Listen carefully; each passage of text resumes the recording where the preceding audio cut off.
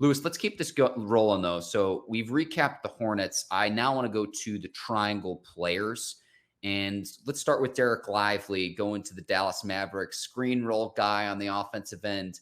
Again, still really don't know what to make of his offensive game because it wasn't something he was asked to do at Duke. But giving the attention from an offensive standpoint that Luka Doncic garners, and then if the Mavericks do keep Kyrie Irving, you'd imagine he'll get his opportunities in Dallas if he can simply just catch the ball off of a pick and roll. Yeah, it's interesting because I don't normally love taking like a more, I don't want to say one dimensional, but one dimensional center uh, in the lottery, especially in the modern NBA. But I think it makes sense with Dallas just because they need defensive help. And they have a position need. So I guess it's, talent versus need type thing. But I understand it. And I think if Dereck Lively can translate his defensive presence at Duke to the NBA, oh my gosh, I mean, it would be amazing Mm. having the type of passers that would be around him, even if it's just Luka Doncic, not Kyrie. He'd be able to really finish some lobs pretty easily. And then I think part of it is like you said, where does that offensive game develop? There's like this like rumbling going around during the NBA draft process that he's got a bit of an outside shot that he can work on. Talking with the Athletics, Brendan Marks, he mentioned that really Lively was someone who played outside for the most part as in high school. Didn't really pound the paint very low for most of what he did. So he's going to continue to grow and develop. Tyson Chandler is the name that I kept on hearing as a comp, especially because of Dallas. So I mean, if he can be a Tyson Chandler type player for the Mavericks, I think they'll take that any day. People can laugh at that too, but Tyson Chandler was one of the missing pieces that helped take the Mavericks over the top and actually win an NBA Finals, the lone championship of Dirk Nowitzki's career. So people might laugh at that, Lewis, and he was a really important part of that Oh, team. Tyson Chandler's a great player. He was a great player. I don't know if I'd say great, but I'd say an important an important player. But Dereck Lively is a great story in this regard, Lewis. Pat Welter did a great story about his late father, the impact that had on him, and then his mom as a cancer survivor as well. So, someone that seems to have his head screwed on straight and is playing for the right reasons as well, very family oriented. I wish him all the best in Dallas as he starts his pro career. Agreed. Let's keep this rolling. Dariq Whitehead to the Nets. I still don't know what to make of this. He wasn't healthy at Duke. He's had 2 surgeries on the foot as well. I just don't know what to make of this. I hope he has a great career too, Lewis, but it's like, I really don't know. And I think it's the Nets saying, hey, we can get a guy who had higher upside coming into college, didn't quite perform how you'd expect as like the MVP of the McDonald's All-American game due partially to injury. Let's see if we can get him back to where we thought we would see this past season in Durham, but again, derailed bit by injury. Yeah, that's what's really it's going to be whoever with the Nets getting him now. I assume they're kind of viewing this as a red shirt essentially. He just had surgery again on the foot. Um, Comparing the tape from him before high school or before Duke to during Duke, it feels like a different player. Just with Mm. there was not nearly as much explosiveness, and so it really makes you wonder how much of those injuries have affected him. During that season, and how much will they impact him moving forward? But Brooklyn is a team that is in transition. Brooklyn is a team that was looking for 3-and-D type players.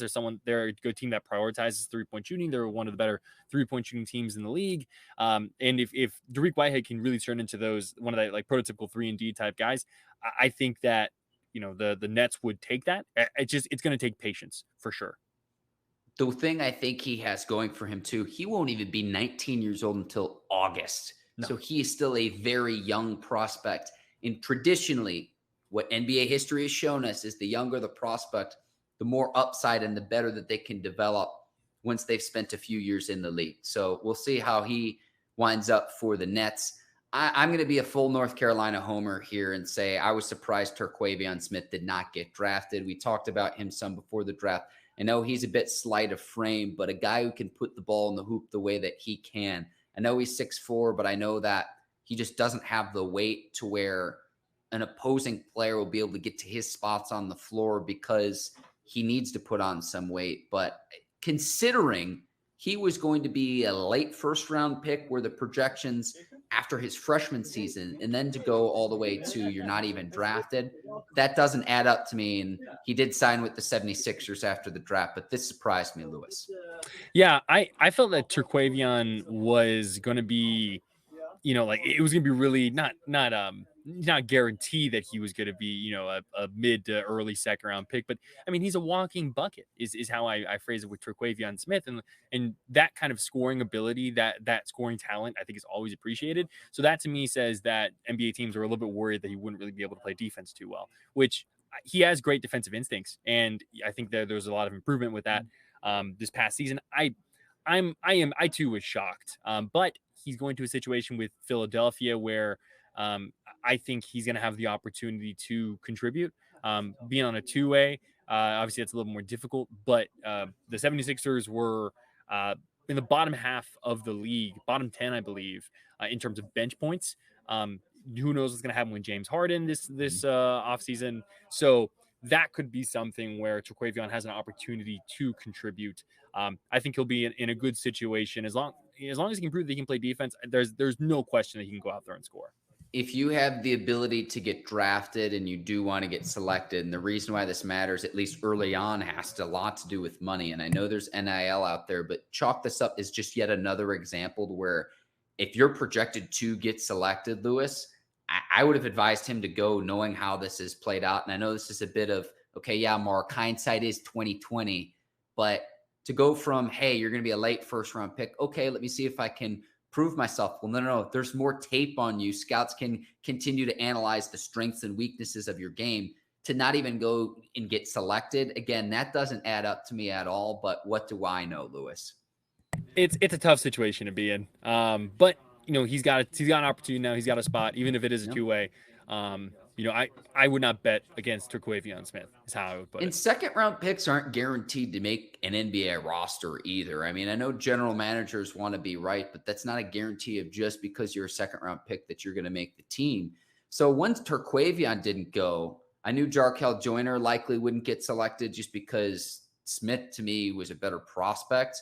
So Jarkel Joiner signs with the Hawks, and then Leaky Black will stay in North Carolina with the Hornets. Any final thoughts about those two prospects, Lewis?